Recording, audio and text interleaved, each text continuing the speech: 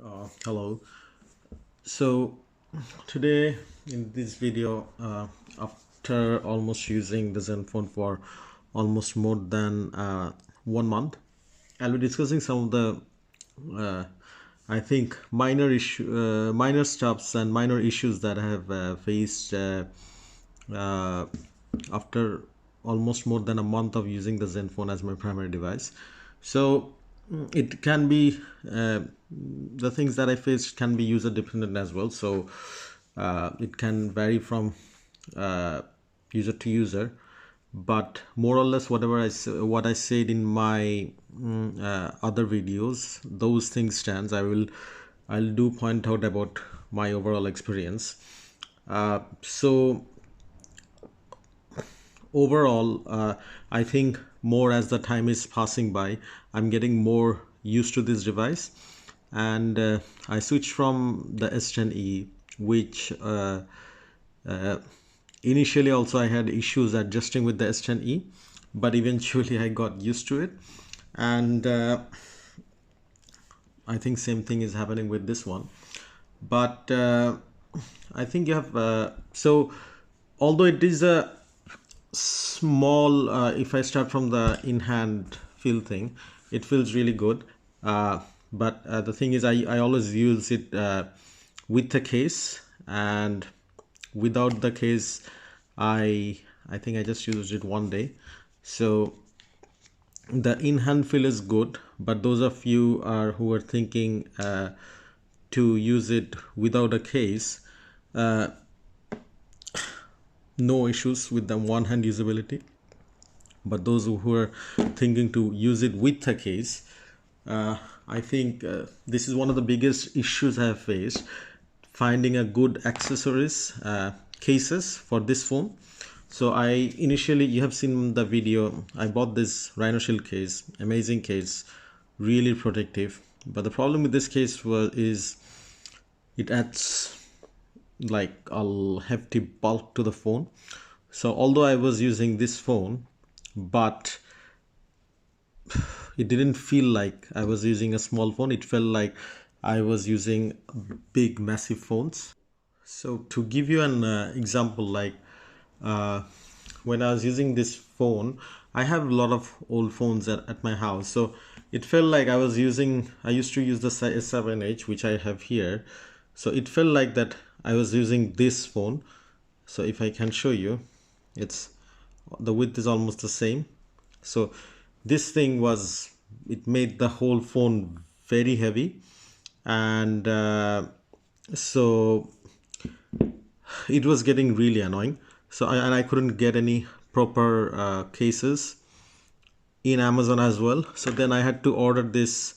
This is not an official case, it's an unofficial case. I think I just ordered it for $5, and yeah.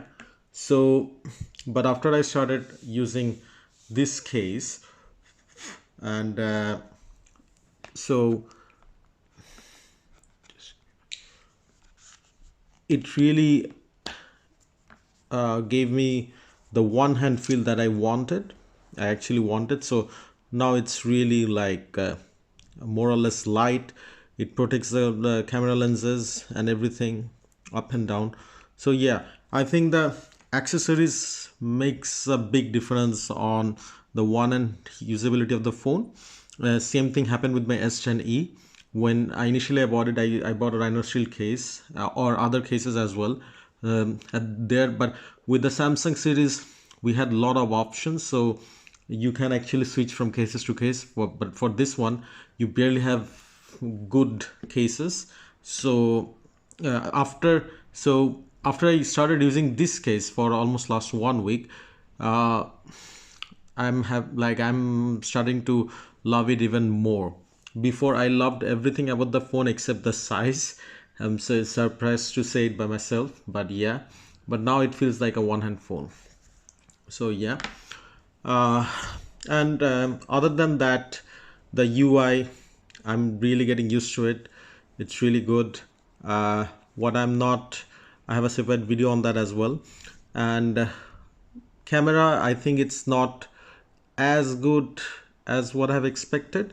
although I'm not a camera guy. So I think the picture quality with the Samsung S10e was a bit better, and the wide angle also the wide angle of the Samsung S10e, I think it's a bit more better. And so there comes the personal preference. The picture in the S10e, it's a bit more contrasty, so which I prefer for social media, but this one is a bit more natural.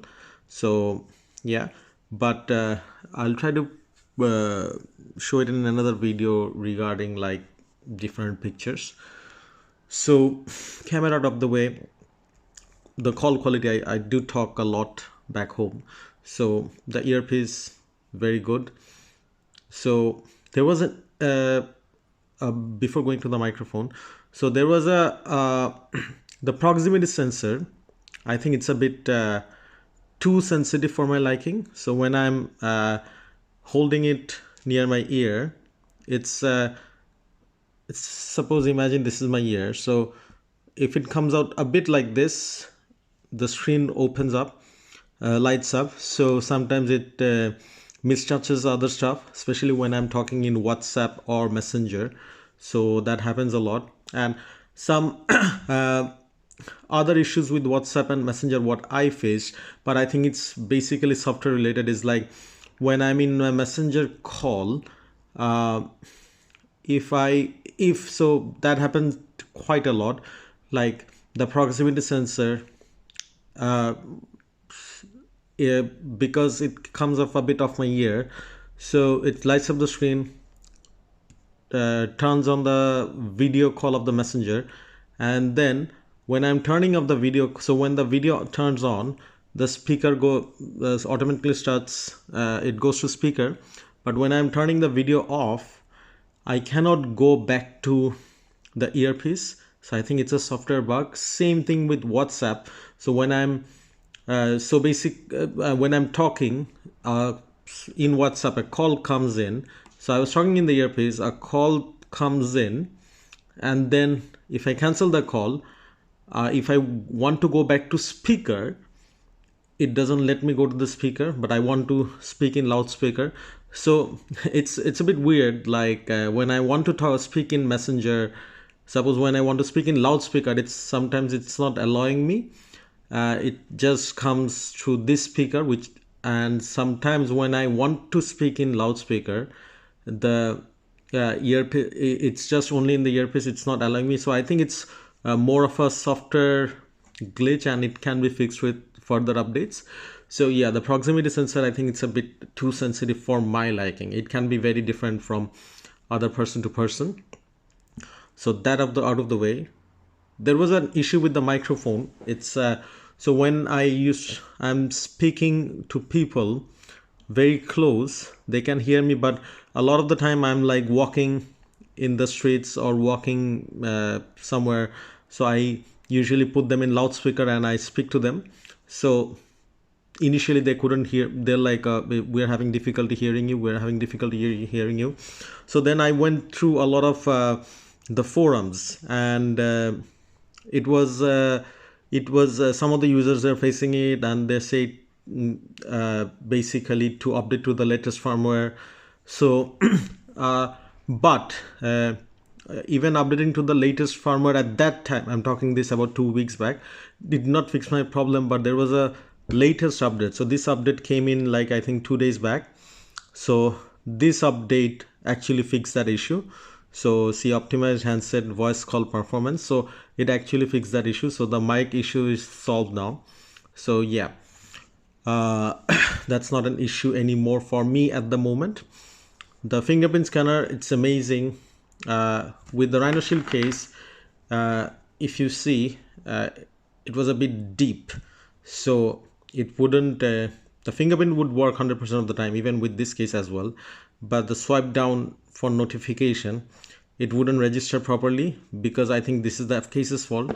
On the other hand, with this case, this just detects, but sometimes it doesn't. See, I didn't want this. So yeah, so sometimes it's a bit too sensitive, and other times if you just come out of an app, So it's working now, but sometimes if you come out from an app and you quickly swipe, it doesn't want to. But more or less I got used to it. So sometimes if I'm coming out of my email app or something, I swipe it twice so that this comes down. So yeah, hopefully they'll fix this issue with another update as well. So yeah, let's see. Yeah, and so I just wrote down some of the issues. So the vibration issue, yeah. So the so I usually don't use vibration in my phone other than when my phone is ringing, or when the in call, like someone picks up on the other side, my phone should vibrate, or someone hangs up, my phone should vibrate. So in Samsung, if you even turn off all the vibrations, uh, you can keep the in call vibrations on.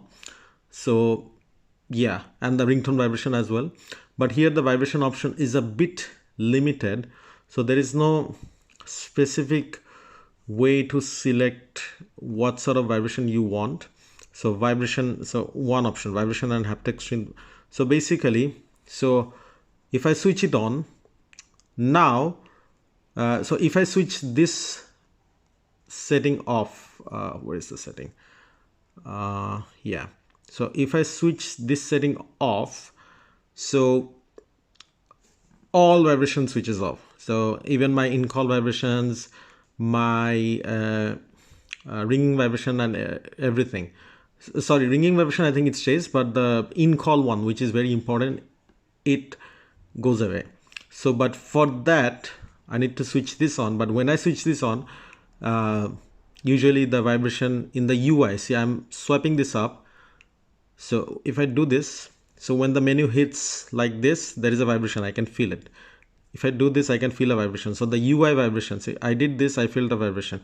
I go to settings, I did this, there is a vibration. So the UI vibration, it's on. So if you want the call vibrations on, you have to basically switch on the UI vibrations as well, which I don't like. Like I want, and probably an option to switch that off as well. But as I mentioned, this is a personal thing. So yeah, so but the vibration is really nice. It's not Samsung's one was a bit rough, but this one is a bit smoother.